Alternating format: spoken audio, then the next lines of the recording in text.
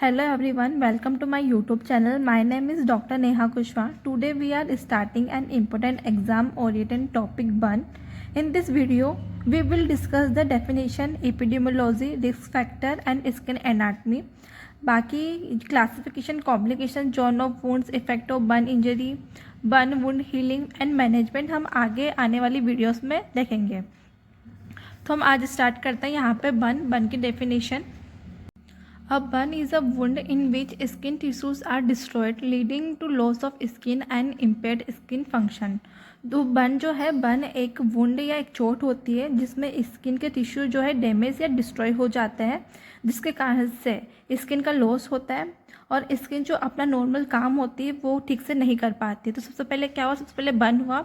Burn होने के कारण जो स्किन टिश्यूज़ है वो डिस्ट्रॉयड हुए, स्किन वहाँ पे लॉस हुई. उसके बाद जो भी फंक्शन था स्किन का वो वहाँ पे इम्पेयर्ड हो जाएगा. ठीक है, तो ये होगी बर्न की डेफिनेशन. उसके बाद आते हैं इसके इफेक्ट की बात करते हैं. The effect of a burn depends on the depth and extent of tissue damage. तो बर्न का जो इफेक्ट है वो इस बात पे डिपेंड करता है कि जो बर्न है वो कितना गहराई तक हुआ है, मतलब बर्न की डेप्थ कितनी है और बर्न के अंदर कितना टिश्यू जो है वो डैमेज हुआ है, मतलब जो डैमेज हुआ है टिश्यू का वो कितने एक्सटेंट तक हुआ है, कहाँ से कहाँ तक हुआ है. तो बर्न का इफेक्ट इन दो चीज़ों पे डिपेंड करता है, डेप्थ पे and extent of the tissue damage पर. ओके.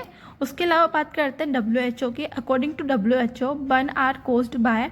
WHO के अकॉर्डिंग जो बर्न है वो इन कारणों से हो सकता है. सबसे पहला है हीट, इलेक्ट्रिसिटी, केमिकल, फ्रिक्शन या रेडिएशन.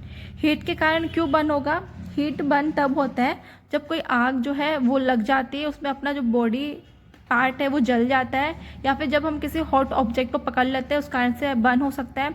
हॉट लिक्विड अगर बॉडी पे गिर जाते हैं तो उस कारण से हीट के कारण बर्न हो सकता है. इलेक्ट्रिसिटी के कारण बर्न तब होता है जब इलेक्ट्रिक करंट बॉडी के थ्रू पास होता है, तो उसके कारण होने वाले बर्न को हम इलेक्ट्रिक बर्न कहते हैं. जैसे कि मान लो कोई ओपन वायर है, ओपन इलेक्ट्रिक वायर है, वो टच करने से बर्न हो सकता है, या फिर हाई वोल्टेज करंट लगने से भी बर्न हो सकता है. उसके बाद है केमिकल. केमिकल बर्न तब होता है जब स्ट्रॉन्ग केमिकल स्किन, आइज़ या बॉडी टिश्यूज़ के कांटेक्ट में आते हैं, जैसे कि एसिड हो गया या फिर कोई केमिकल्स हो गए, हार्मफुल स्ट्रॉन्ग केमिकल्स, उस कारण से केमिकल्स के कारण बर्न हो सकता है. उसके बाद है फ्रिक्शन. फ्रिक्शन के कारण बर्न कब होता है? जब मान लो कोई स्किन है वो किसी सरफेस से रगड़ खाती है, तो उस कारण से वहाँ पे फ्रिक्शन के कारण बर्न हो सकता है, जैसे कि हम रोड ट्रैफिक एक्सीडेंट्स के अंदर देख सकते हैं. तो यहाँ पे फ्रिक्शन प्लस हीट मिलकर ऐसा डैमेज करती है जो हमें हीट के, जो कि हमें बर्न के अंदर देखने को मिलता है. सेम वैसे इफेक्ट या वैसा डैमेज हमें देखने को मिलता है. उसके बाद है रेडिएशन. रेडिएशन बर्न तब होता है जब कोई स्किन है वो ज़्यादा टाइम तक रेडिएशन के कांटेक्ट में रहती है. जैसे मान लो हमने कोई कैंसर का ट्रीटमेंट कराया, तो कैंसर के ट्रीटमेंट में हम रेडिएशन थेरेपी देते हैं, रेडियोथेरेपी देते हैं, उस कारण से भी बर्न हो सकता है अगर हम ज़्यादा टाइम तक लेते हैं. एक्सरे के कारण हो सकता है बर्न, या फिर सन रेज के कारण भी बर्न हो सकता है, जिसको अपन कहते हैं सनबर्न. ओके. उसके बाद यहाँ पर कुछ नंबर्स दिए हुए हैं कि कितने डेथ इंजरीज होती है या फिर बर्न कितने केसेस होते हैं, ये सब. Every year burn can cause about, every year 7.1 billion injuries हमें देखने को मिलती है बर्न के कारण, और अराउंड 2.5 लाख डेथ हमें देखने को मिलती है world wide. 90% of burn occurs in low and middle income countries.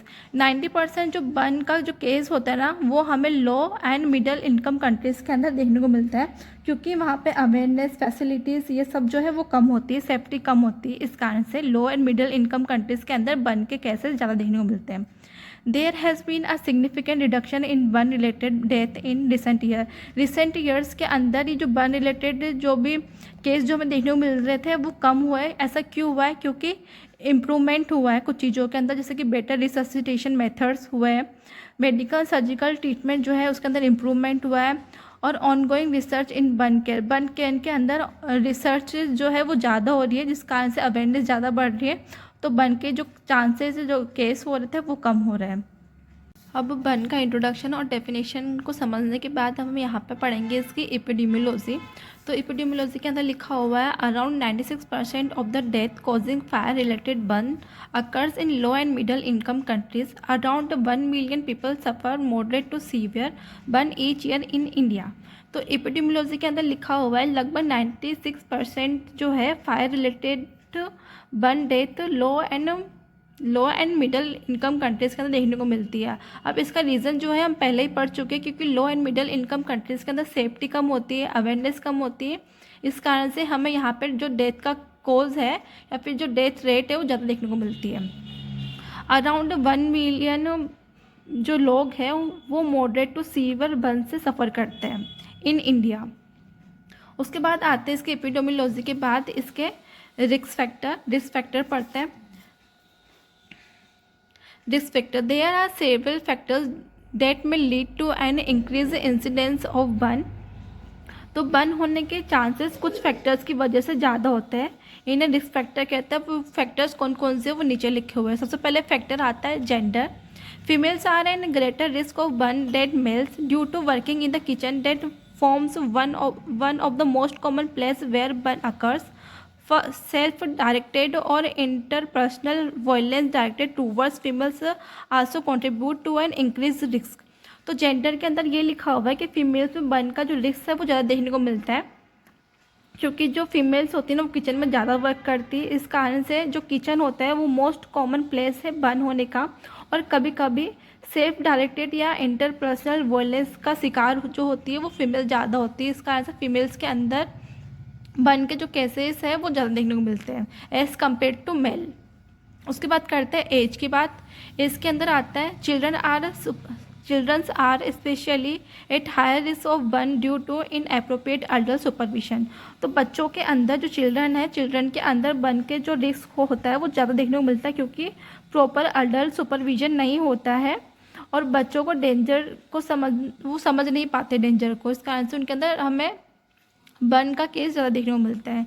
Regional factors के अंदर आता है लो एंड मिडिल इनकम कंट्रीज़ के अंदर जो बर्न होता है, बर्न का केस ज़्यादा देखने को मिलता है हाई इनकम कंट्रीज़ के कंपैरिजन के अंदर ड्यू टू सेफ्टी मेजर्स। ये हम पहले भी डिस्कस कर चुके हैं। उसके बाद आता है ऑक्यूपेशनल, ये बिग फैक्टर है।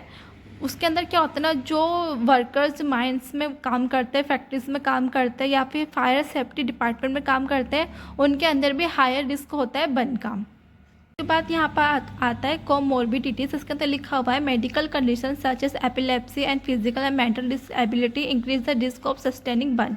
तो इसके अंदर ये लिखा हुआ है कि मान लो कोई पर्सन है जिसको एपिलेप्सी या फिजिकल मेंटल डिसेबिलिटीज़ है, जिन लोगों को उसके अंदर जो रिस्क होता है बर्न का वो ज़्यादा हो जाता है, क्योंकि उनको समझ नहीं आता, उनको अवेयरनेस नहीं होती है कि कौन सी चीज़ उनको जला सकती है, किस कारण से उनको बर्न हो सकता है। इस कारण से उनके अंदर जो रिस्क फैक्टर है वो ज़्यादा होता है बर्न का। उसके बाद पर्सनल फैक्टर होते हैं अल्कोहल अब्यूज़ है, स्मोकिंग। तो इसके अंदर क्या होता है, जो अल्कोहल अब्यूज़ जो पर्सन होता है, जो अल्कोहल को ज़्यादा यूज़ करता है, तो उनकी अलर्टनेस जो होती है वो कम हो जाती है। इस कारण से बर्न के केसेस ज़्यादा होते हैं। स्मोकिंग के कारण फायर हजार्ड बढ़ता है। ठीक है, तो ये सारे होते हैं इसके रिस्क फैक्टर। उसके बाद यहाँ पर आता है स्किन के एनाटमी। एनाटमी को समझना बहुत ज़रूरी है, क्योंकि ये सब क्लासिफिकेशन के अंदर अपन को देखने को मिलेगा। ओके, तो अपन स्किन एनाटमी को समझते हैं। ये यहाँ पे स्किन का डायग्राम पूरा बनाया हुआ है। इसके अंदर इसकी लेयर्स है, क्रॉस सेक्शन है स्किन का। सबसे ऊपर जो लेयर होती है वो एपिडर्मिस की लेयर होती है, उसके बाद डर्मिस की लेयर होती है। ये दोनों डर्मिस की लेयर है। पेपिलरी डर्मिस होती है, रेटिकुलर डर्मिस होती है। उसके अलावा उसके नीचे की तरफ सबक्यूटेनियस टिश्यूज़ होते हैं। तो इस तरह से पूरी लेयर होती है। इनके अंदर और भी नाम है। एपिडर्मिस के अलग लेयर होती है 4। उसके बाद एपिडर्मल जंक्शन होता है, उसके बाद डर्मिस होती है। ये स्टेप बाय स्टेप अपन देखने। सबसे ऊपर क्या होगी, सबसे ऊपर होगी एपिडर्मिस की first layer, second layer, third layer, fourth layer. उसके बाद बीच में जंक्शन होगा। उसके बाद डर्मिस की लेयर स्टार्ट होगी। इसके अंदर भी 2 लेयर होती है इसकी। उसके अलावा सबक्यूटेनियस फैट लेयर होता है, उसके नीचे मसल्स होती है और उसके नीचे बोन होती है। सबसे पहले यहाँ पे लेयर होती है एपिडर्मिस की। सबसे फर्स्ट लेयर वो होती है स्ट्रेटम कोनियम, सेकेंड होती है स्ट्रेटम ग्रेनुलोसम, थर्ड होती है स्ट्रेटम स्पिनोसम। उसके बाद फोर्थ लेयर होती है स्ट्रेटम बेसल लेयर। उसके बाद डर्मल एपिडर्मल जंक्शन होता है। डर्मिस की 2 लेयर होती है सुपरफिशियल पेपिलरी लेयर। उसके बाद सेकेंड लेयर होती है डीप रेटिकुलर लेयर। ठीक है, उसके बाद सबक्यूटेनियस फैट लेयर होती है, मसल होती है, उसके बाद नीचे की तरफ बोन होती है। ये पूरा एक ऐसे स्टेप बाय स्टेप है, सुपरफिशियल टू डीप। ओके, अब इन सबको हम आगे डिटेल से देखेंगे। यहाँ पर हम स्किन के एनाटॉमी को स्टार्ट करते हैं इसकी डेफिनेशन के साथ। The skin is the largest organ of the body, it covers the entire body surface and protects the underlining tissues. जो स्किन है बॉडी का सबसे बड़ा ऑर्गन होता है, ये पूरी बॉडी सरफेस को कवर करता है और अंदर के टिश्यूज़ को प्रोटेक्ट करने में हेल्प करता है। स्किन के कुछ फंक्शन यहाँ पे है। सबसे पहला फंक्शन है यहाँ पर protection from injury, infection and dehydration. Injury, infection and dehydration से प्रोटेक्ट करता है, प्रोटेक्शन देता है स्किन। उसके बाद regulation of body temperature, body temperature को रेगुलेट करने में हेल्प करता है। सेंसेशंस, पेन, टच, प्रेशर और टेम्परेचर, इन सब को फील करवाने में हेल्प करता है। उसके अलावा प्रिवेंट द फ्लूइड लॉस, जो फ्लूइड लॉस है उसको होने से प्रिवेंट करता है, मतलब कि बॉडी के अंदर के जो फ्लूइड है उसको बाहर निकलने से रोकता है। उसके बाद help in vitamin D synthesis, vitamin D synthesis में हेल्प करता है। सनलाइट की हेल्प से स्किन में विटामिन डी बनता है। तो इसके फंक्शन हो गए कि एक तो प्रोटेक्ट करता है ये इंजरीज, इन्फेक्शन, डिहाइड्रेशन से, बॉडी टेम्परेचर को रेगुलेट करता है, सेंसेशंस में हेल्प करता है, फ्लूइड लॉस को प्रिवेंट करता है, विटामिन डी सिंथेसिस में हेल्प करता है। उसके बाद इसकी लेयर आती है, हमने आगे वाले डायग्राम में देखी थी इसकी लेयर। एपिडर्मिस से सबसे ऊपर, बीच में डर्मिस लेयर थी, उसके बाद सबक्यूटेनियस टिश्यूज थे। अब इन सबको हम डिटेल से देखेंगे। सबसे पहले वाली लेयर आती है वो है एपिडर्मिस लेयर। एपिडर्मिस के अंदर हमने देखा था आगे की तरफ भी कि इसकी यहाँ पर 5 लेयर्स थी। इसको हमने डायग्राम में भी बनाया, first, second, third, fourth, fifth, ये इसकी लेयर है। उसके बाद डर्मिस स्टार्ट हो जाती है। ये पूरी एपिडर्मिस है और ये वाली डर्मिस है। तो सबसे पहले एपिडर्मिस की बात करते हैं, इसके अंदर क्या क्या होता है। Epidermis, outer most layer of the skin, made of stratified squamous epithelium, no blood vessels present, get nutrition from dermis by diffusion, provide protective barrier। तो जो एपिडर्मिस होती है ना वो आउटर मोस्ट लेयर होती है स्किन की। ये जो है वो स्ट्रेटिफाइड स्क्वेमस एपिथेलियम से मिलकर बनी हुई होती है और इसके अंदर कोई ब्लड वेसल जो है प्रेजेंट नहीं होती है। तो बात यहाँ पर ये आती है, अगर एपिडर्मिस के अंदर ब्लड वेसल्स नहीं है तो उसको न्यूट्रिशन कैसे मिलेगा। तो उसको जो न्यूट्रिशन है वो मिलता है डर्मिस के डिफ्यूज़न से, ठीक है। और ये प्रोटेक्टिव बैरियर होता है, प्रोटेक्टिव बैरियर प्रोवाइड करती है एपिडर्मिस। एपिडर्मिस की यहाँ पर लेयर्स होती है, ये हमने आगे वाले डायग्राम के अंदर भी डिस्कस किया था। 5 लेयर है, सुपरफिशियल टू डीप लिखा हुआ है। इसका हमने डायग्राम भी बनाया इस तरह से। ये होती है इसकी first layer, second layer, third layer, fourth layer, fifth layer, ये पूरी होती है एपिडर्मिस। उसके बाद नीचे स्टार्ट होती है डर्मिस, ठीक है।